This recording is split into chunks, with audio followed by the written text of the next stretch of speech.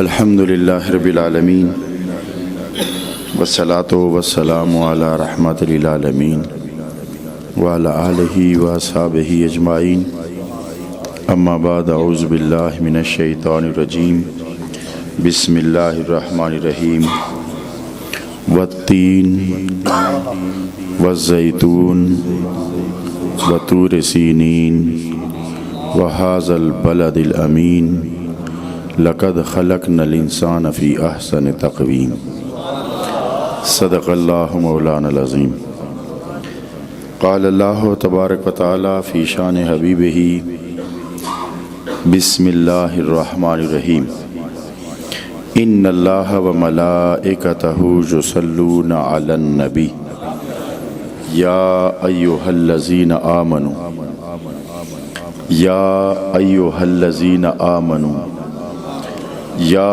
ایہا الذین آمنوا صلوا علیہ وسلموا تسلیما اللہم صلی علی سیدنا محمد وعلی آلہ واصحابہ سیدنا و مولانا محمد وبارک وسلم وصلی علیہ۔ میرے سامنے تشریف فرما میرے عزتوں کے لائق معزز اور محترم سامعین، حاضرین، اہل ایمان حضرات، بالخصوص آج کی اس بزم نور و سرور کی مسند صدارت کی زیب و زینت، محتمم و سرپرست استاذ العلماء، فخر العلماء، زینت بزم اولیاء، پیکر خلوص و عنایات، پیر طریقت، رہبر شریعت، حضرت علامہ پیر غلام محی الدین سلطان نقشبندی مجددی دامت برکاتہم العالیہ،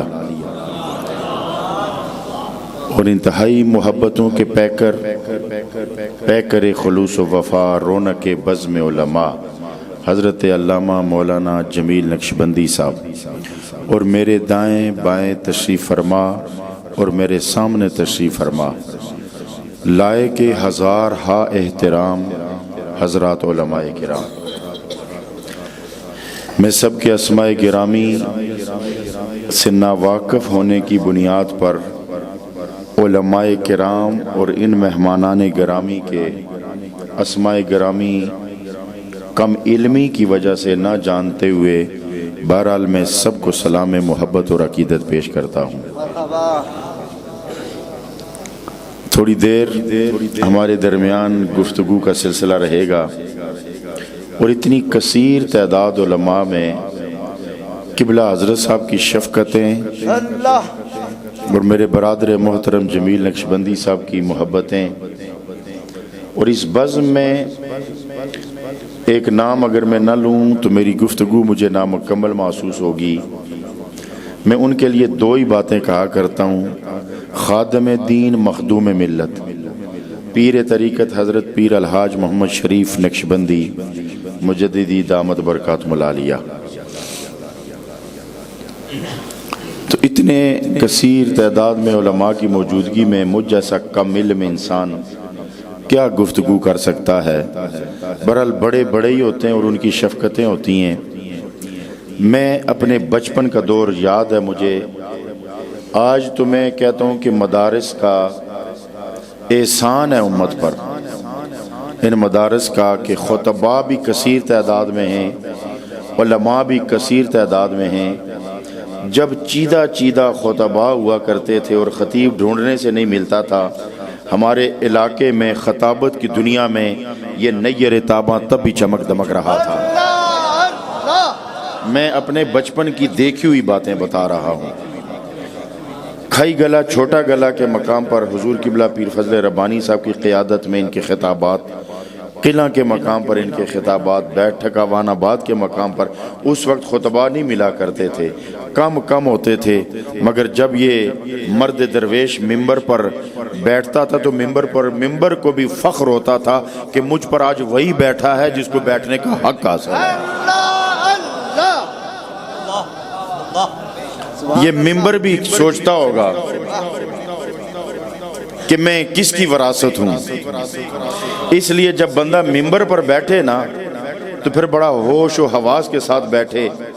اور میں آج تو بڑی عجیب کیفیت سے دو چار ہوں کہ دنیا داروں کی تو بات ہی چھوڑے نا، ان کے لیے تو کہا گیا کہ جی لباس ٹھیک لے کر جائیں۔ تو لباس سے مجھے ایک بات بڑی یاد آئی، شیخ سعدی رحمت اللہ علیہ کے ایک مرید نے ان کی دعوت کی، اور وہ امیر شہر تھا، یوں سمجھ لیں کہ ڈی سی سمجھ لیں آج کے دور میں۔ تو اس نے دعوت کی اور بہت سارے ادیب اور بڑے خطباء علماء اور امراء بھی بلائے کہ آج میرے شیخ کی دعوت ہے تو تم نے آنا ہے۔ حضرت شیخ سعدی اپنے معمول کے مطابق گئے تو چوکیدار نے کہا بابا اپنی درخواست لے کر کل آنا، آج تو ہمارے صاحب کے پیر آ رہے ہیں۔ شیخ سعدی واپس لوٹ گئے، اچھا قیمتی جبہ پہنا، خوبصورت دستار پہنی، خوبصورت قیمتی جوتا پہنا اور اچھی قیمتی تسبیح ہاتھ میں پکڑی۔ اب کی بار چوکیدار نے سلام بھی کیا، دروازہ بھی کھولا، نشست بھی پیش کی۔ جب کھانا لگ گیا تو شیخ سعدی نوالا اٹھاتے جا رہے ہیں اور جیب میں اور آستینوں میں ڈال رہے ہیں۔ اب وہ امیر شہر پریشان ہو گیا کہ یہ تو میری بےزتی ہو رہی ہے، ہاتھ جوڑ کے کہنے لگا حضرت جی یہ کیا معاملہ ہے؟ انہوں نے کہا یہ دعوت تو اسی لباس کی ہے، ورنہ سعدی تو پہلے بھی آیا تھا، لوٹا دیا گیا تھا۔ یہ دعوت تو اسی لباس کی ہے، ورنہ سعدی تو پہلے بھی آیا تھا، لوٹا گیا تھا، لوٹا دیا گیا تھا۔ ایک بات میں کہا کر، تو میں نے علمی باتیں نہیں کرتی چونکہ علماء بیٹھے ہوئے ہیں، تو میں زبان سنبھال کے فقیروں والی باتیں کرنا چاہتا ہوں۔ اور فقیروں والی باتوں کا بھی دعویٰ میں نے کیوں کیا ہے؟ یہ نہیں کہ میں بہت بڑا کوئی فقیر ہوں یا فقیروں کی آداب کی محفل آداب محفل جانتا ہوں۔ فقیر کی محفل کا ایک فائدہ یہ ہوتا ہے ہزار عیب بھی ہوں نا فقیر پردے ہی ڈالتا رہتا ہے، ہزار عیب بھی ہونا تو فقیر پردے ہی ڈالتا رہتا ہے۔ تو فقیر کی مجلس کی میں دو جملوں میں اگر شان بیان کرنا چاہوں اپنے علم اور اوقات کے مطابق، تو فقیر کی شان یہ ہے کہ اس کی مجلس میں امیر آئے تو امارت کا نشہ اتر جائے، غریب آئے تو غربت کا احساس مٹتا چلا جائے۔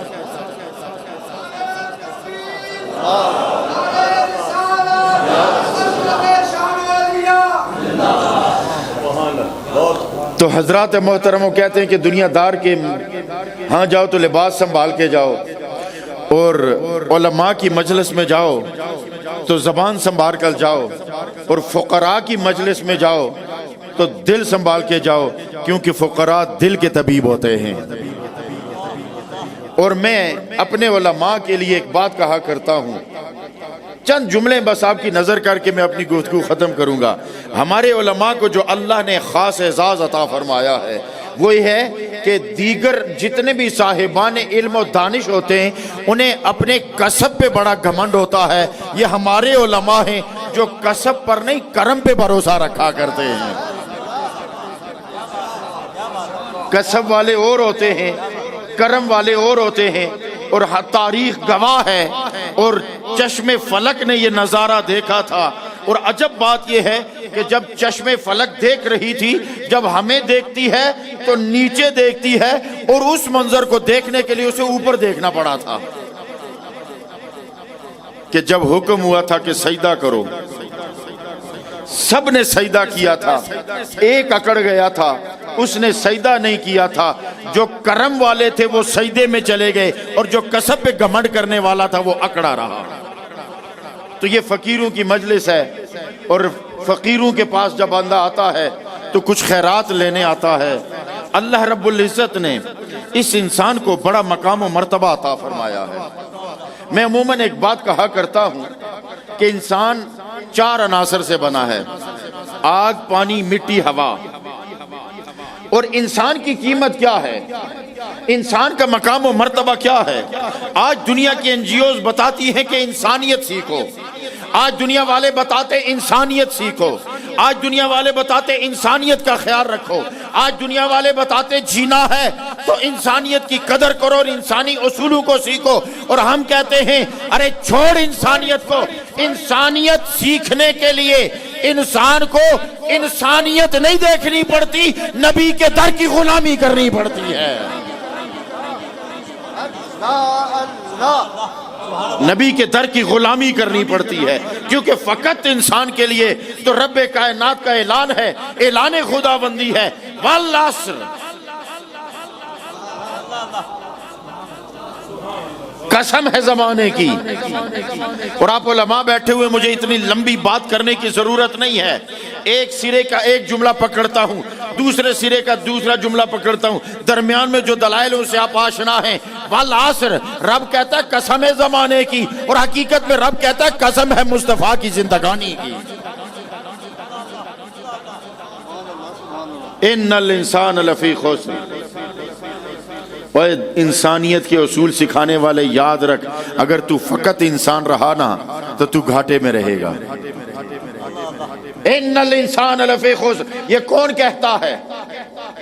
یہ جس کی پروڈکٹ ہے وہ کہہ رہا ہے، جس کی فیکٹری کی پیداوار ہے وہ کہہ رہا ہے، جس نے انسان کو بنایا ہے وہ کہہ رہا ہے کہ انسان گھاٹے میں ہے۔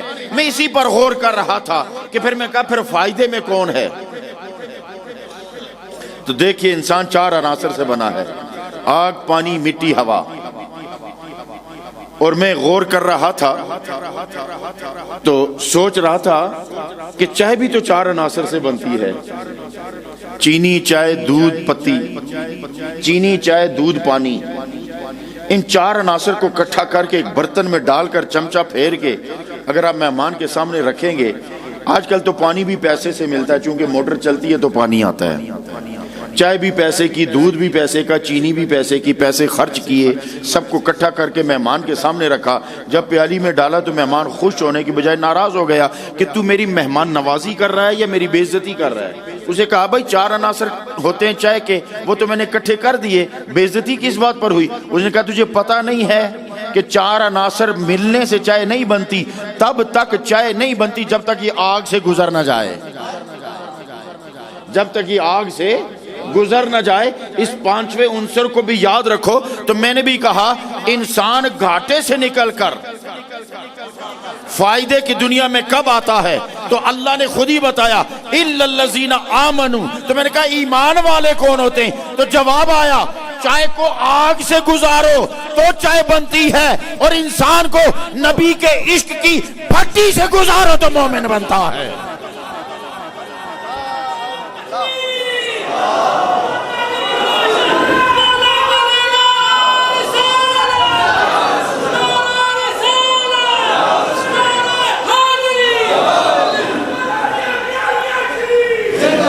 پھر دیکھیے نا، اللہ نے کائنات بنائی تو فارمولہ بیان کر دیا کہ میں نے کائنات کیسے بنائی۔ قرآن خلاصہ کائنات بھی ہے، اور کھولو تو جنتوں کی سیر بھی ہے، اسے اور کھولو تو آسمانوں کا علم بھی ہے، اسے اور کھولو تو زمینوں کا علم بھی ہے۔ ولا حبۃ فی الظلمات الارض ولا رطب ولا یابس الا فی کتاب مبین۔ زمین کے اندھیروں میں کوئی بیج ایسا نہیں اور خشک و تر ایسا نہیں جس کا ذکر قرآن میں نہیں۔ اس پر بھی میں سوچ رہا تھا الہ العالمین بیج کی مثال کیوں دی؟ تو میں نے پتہ چلا اتنا سا بیج دو پوروں کے بیچ آتا ہے، اسے زمین میں دفناؤ تو سیب کا تناور درخت بنتا ہے۔ کل یہ بیج میرے پوروں کے بیچ آ رہا تھا، آج میں اس کے سائے کے بیچ آ رہا ہوں۔ بات سمجھ میں آ رہی ہے؟ آج میں اس کے سائے کے بیچ آ رہا ہوں۔ سیب جو کاٹا تو پھر میں حیران ہوا کہ بیج سے میں نے کہا تجھے تو میں نے مٹی میں دفنا دیا تھا، تو کدھر آیا؟ تو اس نے پتا مجھے کیا کہا قرآن میں پڑھا نہیں، هو الاول هو الاخر هو الظاہر هو الباطن۔ تو جواب آیا ہم نے بیج کی مثال اسی لیے دی ہے، اور اس بیج سے مراد اہل نظر بتاتے ہیں، نہ جانے مکتب دانش کے طلبہ کیا کہتے ہیں۔ اور آج میں علماء کی موجودگی میں یہ بھی بتاتا چلوں، مجھے نہیں پتا مکاتب کتنے ہیں، مجھے نہیں پتا مسالک کتنے ہیں، مجھے نہیں پتا کون کس مسلک سے تعلق رکھتا ہے۔ ارے فقیر کی نگری میں آؤ، درویش کے آستانے پہ آؤ تو پتہ چلتا ہے کہ مسالک تو صرف 2 ہیں، ایک مکتب دانش ہے، ایک مکتب عشق ہے۔ اور مکتب دانش والے اب سنیے، مکتب دانش والے لفظوں سے پڑھا کرتے ہیں اور مکتب عشق والے نظروں سے پڑھا کرتے ہیں۔ لفظوں کا پڑھا اور ہوتا ہے اور نظروں کا پڑھا اور ہوتا ہے۔ اسی لیے میں نے کہا جب یہ ہستی ممبر پر بیٹھتی تھی تو ممبر بھی فخر کرتا تھا کہ یہ لفظوں کا کھلاڑی نہیں ہے، نظروں کا کھلاڑی آ گیا ہے۔ ولا حبۃ فی الظلمات الارض ولا رطب ولا یابس الا فی کتاب مبین۔ اور یہاں ایک اور عرض کروں، اس بیچ سے مراد ذات محمد ہے کہ ابتدا میں بھی محمد نظر آئے گا، انتہا پہ بھی محمد نظر آئے گا، آقا کریم کا وجود نظر آئے گا۔ تو اللہ نے فارمولہ بیان کر دیا کہ میں نے دنیا کیسے بنائی۔ رب کائنات فرماتا ہے انما امرہ اذا اراد شیئا ان یقول لہ کن فیکون۔ سارا فارمولہ بیان کر دیا، پوری کائنات کا فارمولہ بیان کر دیا۔ کہنے لگے الجھنے والے، او سوچنے والے، تو سوچ رہا کیا کیسے بنا؟ تو سن، انما امرہ اذا اراد شیئا، بس ارادہ ہوتا گیا، چیز میں کن کہتا گیا، کائنات بنتی چلی گئی۔ رب ارادہ کرتا گیا، کن کہتا گیا، دنیا بنتی گئی۔ میرے سامنے تشریف فرما میرے معزز سامعین، میں آپ سے ایک بات کہنا چاہتا ہوں۔ آسمان کا ارادہ ہوا، کن کہا تو بن گیا۔ کیا فرشتے بلائے تھے؟ شٹرنگ کرنی ہے، سریا کٹھا کرنا ہے، سیمنٹ لانا ہے، آرکیٹیکٹ لاؤ، بغیر ستون کے ایک چھت بنانی ہے۔ فرشتوں کیا خیال ہے کیسے بنائی جائے؟ فرمایا کن فیکون۔ جب زمین کی باری آئی تو فرمایا کن فیکون۔ اچھا باتیں یاد رکھنا، بیچ بیچ میں سے ٹکڑے ٹکڑے عرض کرتا چلوں۔ یہ زمین بھی بڑی کمال کی ہے، لیکن ایک بات کہنا چاہتا ہوں۔ زمیندار کا بیٹا، یوں سمجھے میں زمیندار کا بیٹا ہوں، زمین ہے، بیج پھینکا، ہل چلایا، بیج پھینکا، فصل اگی، تھریشر والے کو پیسے دے کے بلوایا، پہلے کاٹنے والے لائے، ان کو پیسے دیے، ان سے کٹوائی، تھریشر والا بلایا، اسے بھوس الگ کروایا، دانے الگ کروائے، چکی پر لے کر گیا، پیسا، آٹا بنایا، کندھے پہ رکھا، گھر میں لایا۔ چلو ایک مقدس رشتے کی بات کرتے ہیں۔ اماں جی روٹی پکاؤ۔ اماں جی نے آٹا گوندا، بہن نے آگ جلائی، اماں جی نے روٹی پکائی۔ جب سامنے آئی تو مجھے اہل علم و دانش کہتے ہیں اللہ کا شکر ادا کر،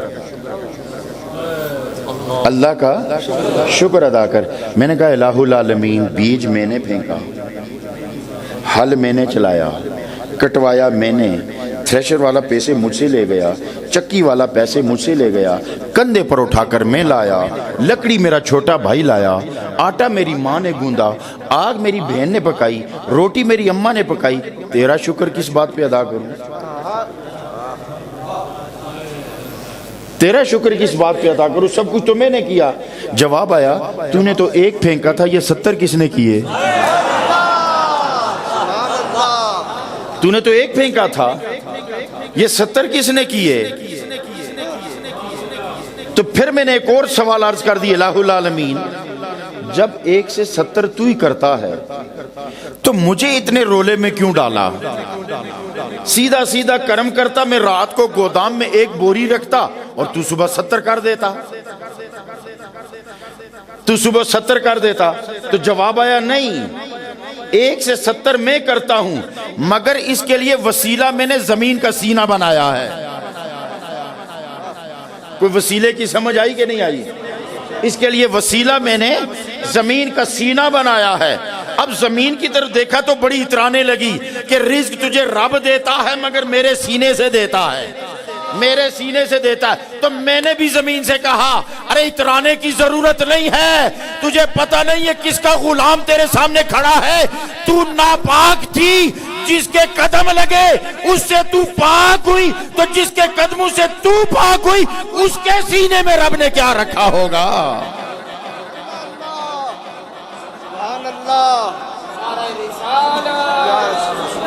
اگر تیرے سینے میں اتنا کمال ہے تو کبھی تو پاک بھی نہیں تھی، تجھ پر تو نماز نہیں ہوتی تھی، میرا کریم آقا آیا، اس کے قدم لگے تو پاک ہوئی، تو جس کے قدم لگنے سے زمین پاک ہوئی، جو 1 کو 70 کرتی ہے تو جس کے قدم لگنے سے یہ پاک ہوتی ہے، اس کے سینے میں رب نے کیا کمالات رکھے ہوں گے۔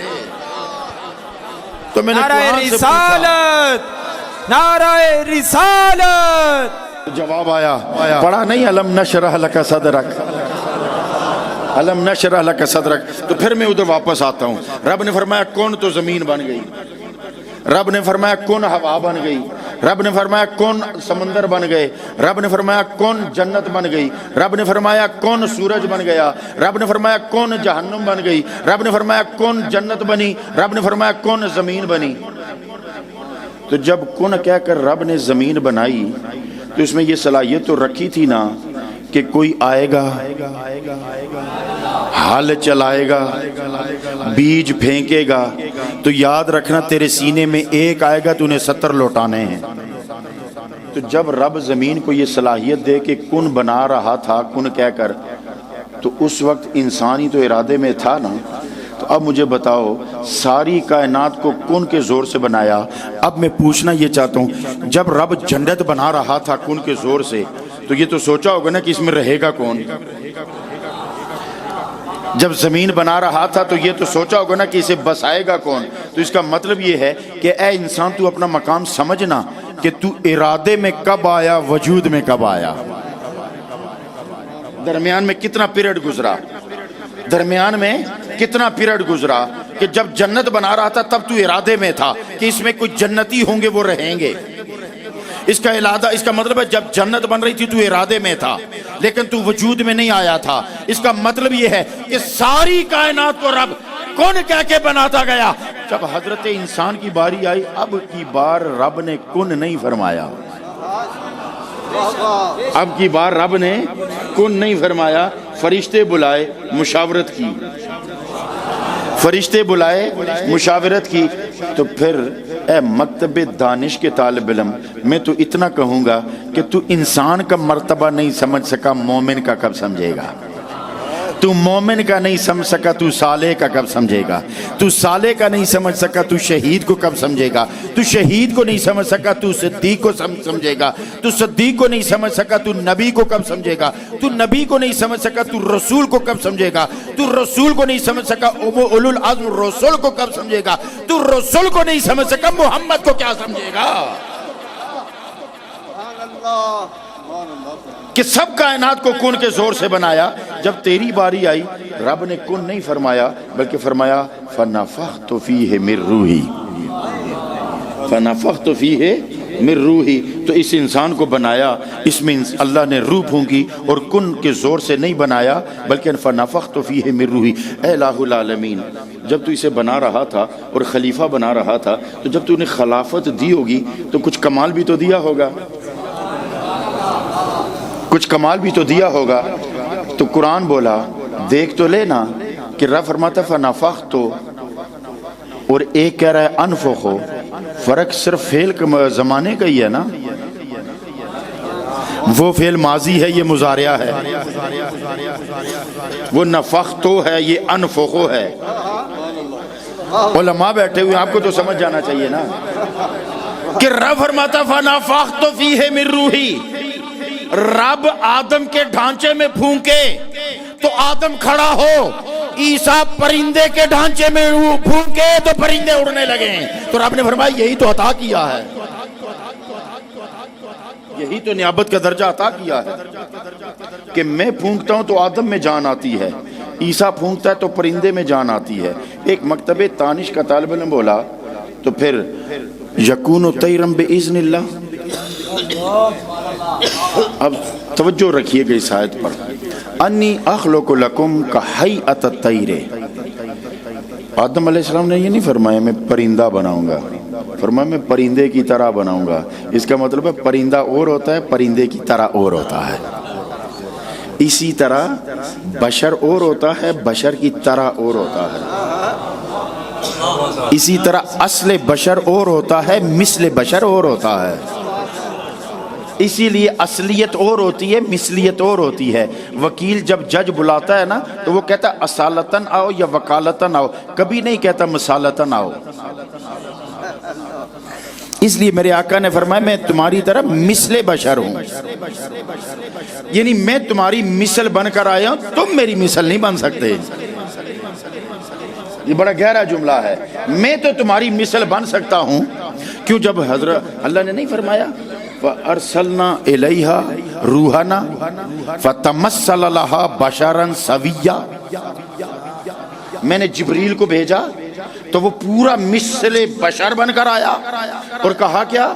انی رسول ربک لأہب لک ذریۃ طیبہ، میں اللہ کا رسول بن کر آیا ہوں تاکہ تمہیں میں بیٹا دوں۔ اگر جبریل لباس بشر میں آئے تو اس کی مقام نورانیت میں فرق نہ آئے، تو میرا مصطفیٰ لباس بشر میں آئے تو اس کے مقام محمدی میں کیسے فرق آ سکتا ہے؟ اور ایک بات یاد رکھیے، میں نے مقام نورانیت نہیں کہا، مقام محمدی کہا ہے۔ اب نوٹ رکھو، مقام نورانیت سے مقام محمدی بہت بلند ہے، یہ بھی ذہن میں رہے۔ جبریل نورانی مخلوق ہے کہ نہیں؟ تو سدرا پہ کیا کہا تھا؟ میں جل جاؤں گا، کہا تھا نا کہ میں جل جاؤں گا۔ تو یہ سرکار ہیں کہ بمیں لباس کے جا رہے ہیں، بمیں لباس کے جا رہے ہیں۔ اب میں کہا نا کہ فقیر و عاشقوں کی دنیا الگ ہوتی ہے۔ ایک فقیر و درویش بولا نا، ایک عاشق بولا کہ حضرت آقا نے جبریل سے کہا چلو جبریل، انہوں نے کہا اگر آگے بڑھا تو جل جاؤں گا۔ وہ کہتے افسوس کہ عشق کا مرحلہ ہی اور ہوتا ہے، کہتے ہوتا میں، کہتے مصطفیٰ کہ چلو، تو پھر میں نے سوچنا نہیں تھا کہ میں جلوں گا، پھر میں کہتا مصطفیٰ جانے جلنا جانے۔ اب یہاں ایک خوبصورت بات، اگر اردو ادب سے ذوق رکھنے والے لوگ تشریف فرمائیں تو پھر ایک خوبصورت بات عرض کروں۔ ایک شاعر نے شعر لکھا اور لکھا دوسرا مصرع، چونکہ علماء کی محفل ہے تو میں بڑا محتاط بولنا چاہتا ہوں۔ دوسرا مصرع اس نے لکھا اور اس نے کہا کہ اسی لیے تصویر جانا ہم نے بنوائی نہیں، اسی لیے تصویر جانا ہم نے بنوائی نہیں۔ وہ کہتا ہے کہ میں مختلف زندگی کے شعبے سے تعلق رکھنے والے لوگوں کے پاس گیا اور چناؤ دیکھو، میں چناؤ پر بڑا حیران ہوا۔ اس نے کہا میں پہلے اندھے کے پاس گیا، نابینا کے پاس، اور یاد رکھو دنیا میں دو ہی دولتیں ہیں، ایک اسباب کی دولت، ایک بصارت کی دولت۔ تو پہلے میں اس کے پاس گیا جس کے پاس بصارت کی دولت نہیں تھی۔ اب آپ سمجھ لیں پوری بات کو۔ تو میں نے کہا کہ پہلا مصرع تو لکھ، پہلا مصرع تو لکھ۔ تو وہ چونکہ اندھا تھا، اب بنانی تصویر تھی، تو جملہ یہ ہے کہ اسی لیے تصویر جانا ہم نے بنوائی نہیں۔ تو وہ کہنے لگا کہ مجھ میں بینائی نہیں، اس میں قوت گویائی نہیں، اسی لیے تصویر جانا ہم نے بنوائی نہیں۔ کہ میں اندھا ہوں، دیکھ میں نہیں سکتا، بولتی وہ نہیں، تو تصویر میں بنا کے کیا کرتا؟ اسی لیے تصویر جانا ہم نے بنوائی نہیں۔ پھر کہتا ہے میں ایک بھکاری کے پاس گیا، سوالی کے پاس، مانگنے والا۔ اب یہ سوچ لیں، ایک بصارت سے محروم ہے، دوسرا اسباب سے محروم ہے۔ کہتے میں نے تو بنا پہلا مصرع، اسی لیے تصویر جانا ہم نے بنوائی نہیں۔ اس نے پہلا مصرع لکھا کہ مانگتے تھے زر مصور، مانگتے تھے زر مصور، اپنے پاس پائی نہیں، اسی لیے تصویر جانا ہم نے بنوائی نہیں۔ پھر کہتا ہے کہ میں ایک عالم دین کے پاس گیا، میں نے کہا حضرت آپ اس کا پہلا مصرع لکھو۔ تو انہوں نے اپنا حق ادا کیا جو ان کا منصب تھا۔ انہوں نے کہا بت پرستی دین احمد میں آئی نہیں، اسی لیے تصویر جانا ہم نے بنوائی نہیں۔ بت پرستی دین احمد میں آئی نہیں، اسی لیے تصویر جانا ہم نے بنوائی نہیں۔ عشق دے جھلے نمبر لے گئے، عقل مندہ ایویں عمراں گالیاں۔ کہتا پھر میں ایک عاشق کے پاس گیا، کہتے کہ پھر میں ایک عاشق کے پاس گیا۔ تو اب دیکھو نا، حکمتوں کا باپ تھا، ایک طرف حکمتوں کا باپ تھا، دوسری طرف کوڑیوں پہ بکنے والا بلال تھا۔ اب مجھے بتاؤ نا، حکمت جیتی تھی یا عشق جیتا تھا؟ تو کہتا پھر میں عاشق کے پاس گیا. اب خدا کی قسم یہ جملہ چونکہ میں نے اس لیے چناؤ کیا اس گفتگو کا کہ بڑے پڑھے لکھے لوگ بیٹھے ہیں, علماء تشریف فرمائے, تو اب سوچئے عاشق کا معیار دیکھو, عاشق کی پرواز دیکھو. اس نے کہا ایک سے جب دو ہوئے پھر لطف یکتائی نہیں, کہ جب یار میرے اندر رہ رہا ہے, یار میرے اندر رہ رہا ہے, تصویر بنا کے خواہ مخواہ دو کرنے. ایک سے جب دو ہوئے پھر لطف یکتائی نہیں, اسی لیے تصویر جانا ہم نے بنوائی نہیں. پتہ نہیں کہاں سے بات کہاں نکلی کہ اللہ رب العزت نے حضرت آدم علیہ السلام, ہاں وہ مکتب دانش کا طالب علم کہنے لگا کہ ہاں انی اخلق لکم کا حیۃ الطیر. اب یہ دیکھیں یہ پھول ہے نا, یہ پھول ہے, پھول ہے نا, کوئی شک ہے آپ کو؟ اس لیے آپ ڈھیلے کیوں بول رہے ہیں؟ یہ پھول ہیں. یہی میں آپ کو سمجھانا چاہتا تھا, یہ پھول نہیں ہیں, یہ پھولوں جیسے ہیں. یہی میں سمجھانا چاہتا تھا, یہ پھول نہیں ہیں, یہ پھولوں جیسے ہیں. بشر ہونا اور ہے, بشر جیسا ہونا اور ہے. یہ پھول ہیں, پھولوں جیسے ہیں, پھول نہیں ہیں. لیکن ایک بات یاد رکھو, خدا کی قسم اگر فقیر نہیں بھی بن سکتے نا, فقیروں جیسے بنے رہو, کوئی اٹھا کے گلے میں ڈال ہی لے گا. اللہ اللہ اللہ کرتے رہو, اس کی خاطرداری کرتے رہو, اس کی چوکیداری کرتے رہو. بادشاہ کبھی بادشاہ نہیں بناتا, یہ فقیر ہے جو آتا اسے فقیر بنا کے رکھ دیتا ہے. یہ صرف فقیر کی شان ہے, یہ بادشاہوں کی شان نہیں ہے کہ دوسرا بادشاہ بنائے. یہ فقیر ہے کہ دوسرا فقیر بنا دیتا ہے. یہ صرف فقیر ہی ہوتا ہے جو اپنے جیسے فقیر بناتا رہتا ہے. یہ کوئی باقی بلہ ہی ہو سکتا ہے, یہ کوئی باقی بلہ ہی ہو سکتا ہے جو نان بھائی کو بھی باقی بلہ بنا دے. تو انی اخلق لکم, اب سمجھ آ گئی ہوگی, کہ حیۃ الطیر, پرندے کی طرح بناؤں گا. پرندہ نہیں ہوگا, پرندہ نہیں ہوگا. ابھی تک وہ پرندے کی طرح ہے. اب پوری آیت پر غور کریں نا, انی اخلق لکم کا حیۃ الطیر فانفخ فیہ فیکون طیرا باذن اللہ. اب پرندہ بنا ہے, پہلے کہ حیۃ الطیر تھا, پرندے کی طرح تھا. عیسیٰ نے پھونکا تو پرندہ بن گیا, پرندہ بن گیا. اس کا مطلب یہ ہے کہ تم بھی کسی طرح بنے رہو, کوئی پھونک مار کے اصل بنا دے گا, کوئی پھونک مار کے پرندہ بنا ہی دے گا. تم پرندے کی طرح بن کر کسی فقیر کی چوکٹ پہ پڑے رہو, ایک دن آئے گا پھونک مارے گا اور پھر دنیا روحانیت میں اڑا کے رکھ دے گا. فَإِنِّي أَخْلُقُ لَكُمْ كَحَيْئَةِ الطَّيْرِ فَأَنفُخُ فِيهِ فَيَكُونُ طَيْرًا بِإِذْنِ اللَّهِ. ایک مکتب دانش کا طالب علم کہنے لگا, اتنے اتراتے کیوں ہو, آگے اذن اللہ نہیں پڑھا؟ میں نے کہا تم سے پہلے پڑھ لیا تھا, لیکن تم نے بھی ترتیب نہیں دیکھی. کہتا کیا مطلب ہے؟ میں نے کہا پھونک پہلے ہے, اذن بعد میں ہے. پھونک پہلے ہے, اذن بعد میں ہے. اس کا مطلب ہے کہ رب کا اذن بھی کسی اللہ والے کی پھونک کی انتظار میں ہوتا ہے, وہ پھونکے اور اذن آئے. تو میں نے عرض کی الہ العالمین تو نے خلیفہ تو بنایا ہے, کوئی کمال دیا ہے؟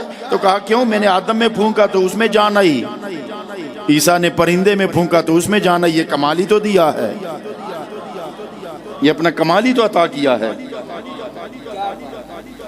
حضرات محترم, بات بہت لمبی ہو جائے گی. اب جو میں نے آیہ مبارکہ پڑھی ہے نا, اس پر میں صرف 5 منٹ بات کروں گا. تمہید ہی کافی لمبی ہو گئی تھی اور گفتگو, بلکہ خوبصورت واقعہ میں اکثر سناتا رہتا ہوں, تو وہ بھی میں آپ کے ذوق, چونکہ دیکھیں یہ بات, ایک بات یاد رکھیں, یہ جو فقیروں کی محفل ہوتی ہے نا, یہ عشق کی محفل ہوتی ہے. اور محبت کے ایک اصول یاد رکھیں. مکتب دانش والے کہتے ہیں محبت کی نہیں جاتی, محبت ہو جاتی ہے. یہ مکتب عشق کا سبق ہے, مکتب دانش کا سبق ہے, مکتب عشق کا نہیں. مکتب دانش والے یہ پڑھاتے ہیں جی محبت کی نہیں جاتی, محبت ہو جاتی ہے. مکتب دانش والے اس طرح کہتے ہیں اور مکتب عشق والے کہتے ہیں محبت نہ کی جاتی ہے نہ ہو جاتی ہے، ارے یہ تو در رسول سے عطا ہوتی ہے، وہ جو ہو جاتی ہے وہ ہوس ہوتی ہے، اور جو عطا ہوتی ہے یہ محبت ہوتی ہے۔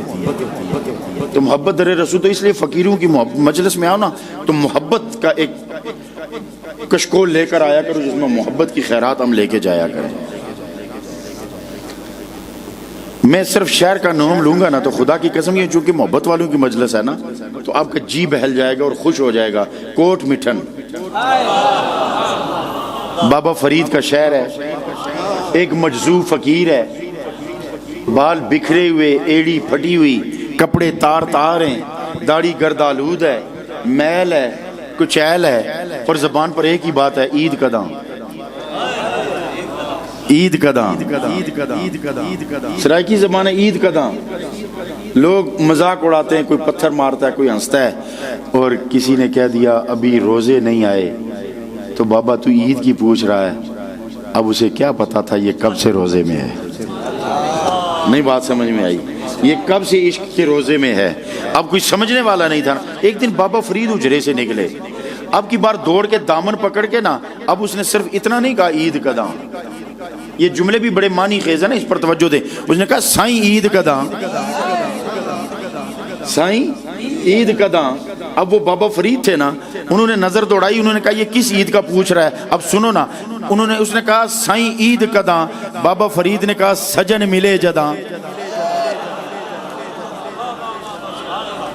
عید کا دام، انہوں نے کہا سجن ملے جداں۔ اب آیا نا نبض پہ ہاتھ رکھنے والا، ہر کوئی طبیب تو نہیں نہ ہوتا، ٹھیک ہے نا، ہر کوئی حکیم اور طبیب تو نہیں نہ ہوتا۔ اور آج آپ کو ایک بات اور بھی بتاؤں، حکیم اور ہوتا ہے، طبیب اور ہوتا ہے، ہم نے طبیب حکیم سمجھ لیے ہیں۔ تو اب انہوں نے کہا سائیں عید کا داں، انہوں نے کہا سجن ملے جداں، بس آنسوں کی لڑی لگ گئی، جسم پہ کپ کپی تاری ہو گئی۔ اس نے کہا چلو اگر طبیب مل ہی گیا تو آپریشن پورا کیوں نہ کرا لیں۔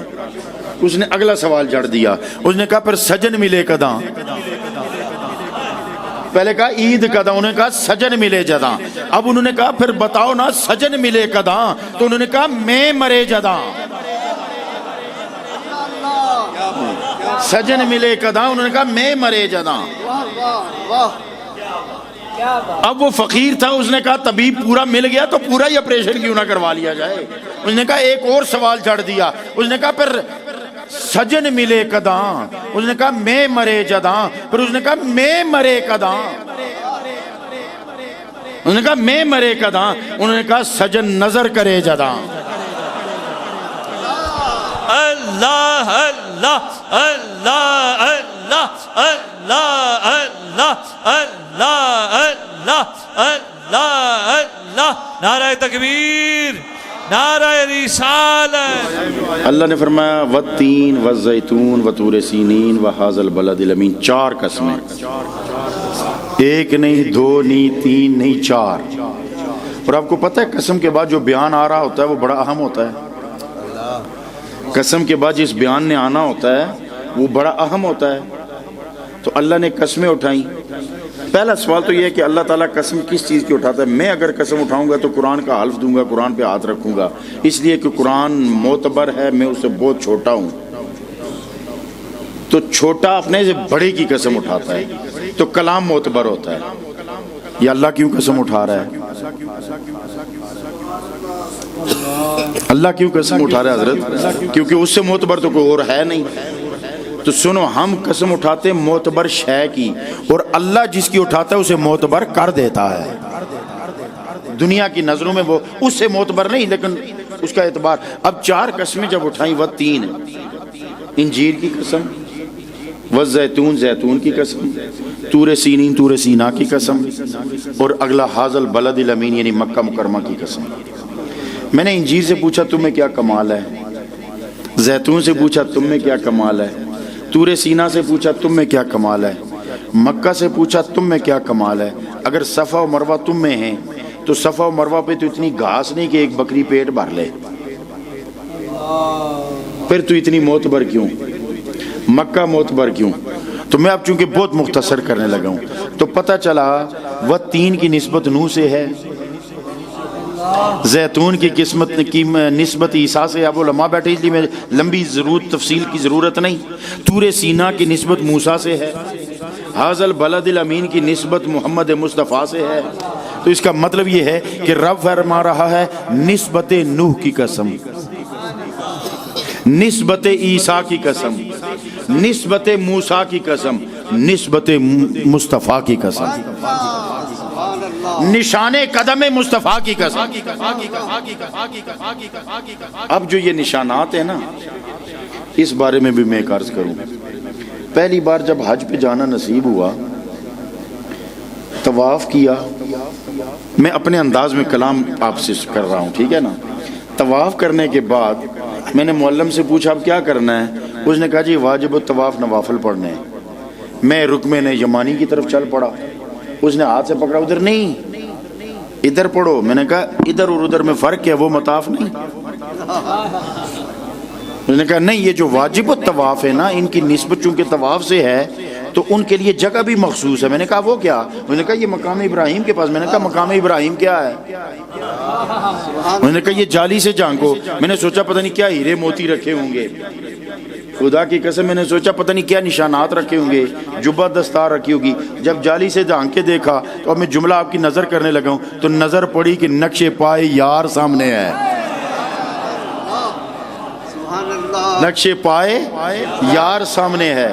تو میں نے کہا اچھا یار کے قدم، یار کے قدم۔ میں نے کہا یہاں کیوں؟ اس نے کہا پڑھا نہیں قرآن میں وَاتَّخِذُوا مِن مَّقَامِ إِبْرَاهِيمَ مُصَلًّى، کہ مقام ابراہیم کو مقام جائے مصلی بناؤ۔ وَاتَّخِذُوا مِن مَّقَامِ إِبْرَاهِيمَ مُصَلًّى، کہ مقام ابراہیم کو جائے نماز بناؤ۔ میں نے کہا پھر یہ بتائیے کب سے ہے یہ نقشہ، کب سے ہے؟ وہ لگا سال گننے۔ میں نے کہا مختصر جواب کیوں نہیں دیتے؟ اس نے کہا تمہارے پاس کیا جواب ہے؟ میں سیدھا کہہ دو نا، میں نے مکے کعبے کی طرف ہرن اشارہ کیا، بیت اللہ کی طرف۔ میں نے کہا جب سے یہ ہے تب سے یہ ہے، جب سے یہ ہے تب سے یہ ہے۔ تو پھر ماننا پڑے گا اس نے اپنا گھر بھی سنبھال کے رکھا، نقش پائے یار بھی سنبھال کے رکھا۔ پھر ہمیں کہتے ہیں ولیوں کی بیٹھکیں کیوں بناتے ہو؟ نہیں گل سمجھ آئی؟ پھر ہمیں کہتے ہیں ولیوں کی بیٹھکیں کیوں بناتے ہو، جھنڈے کیوں لگاتے ہو؟ جب بیٹھک رب بنا رہا ہے ہم کیوں نہ بنائیں؟ تو پھر سمجھ آئی نا، نسبت کی قسم، نسبت نوح کی قسم، نسبت عیسیٰ کی قسم، نسبت مصطفیٰ کی موسیٰ کی قسم، نسبت مصطفیٰ کی قسم۔ وَلَقَدْ خَلَقْنَا الْإِنسَانَ فِي أَحْسَنِ تَقْوِيمٍ، کہ میں نے انسان کو بڑا ہی حسین بنایا۔ تو میں سوچ رہا تھا اب میں بالکل بس 1 منٹ میں اپنی بات ختم کرنا چاہتا ہوں، 27 منٹ ہو گئے، 11:30 ختم۔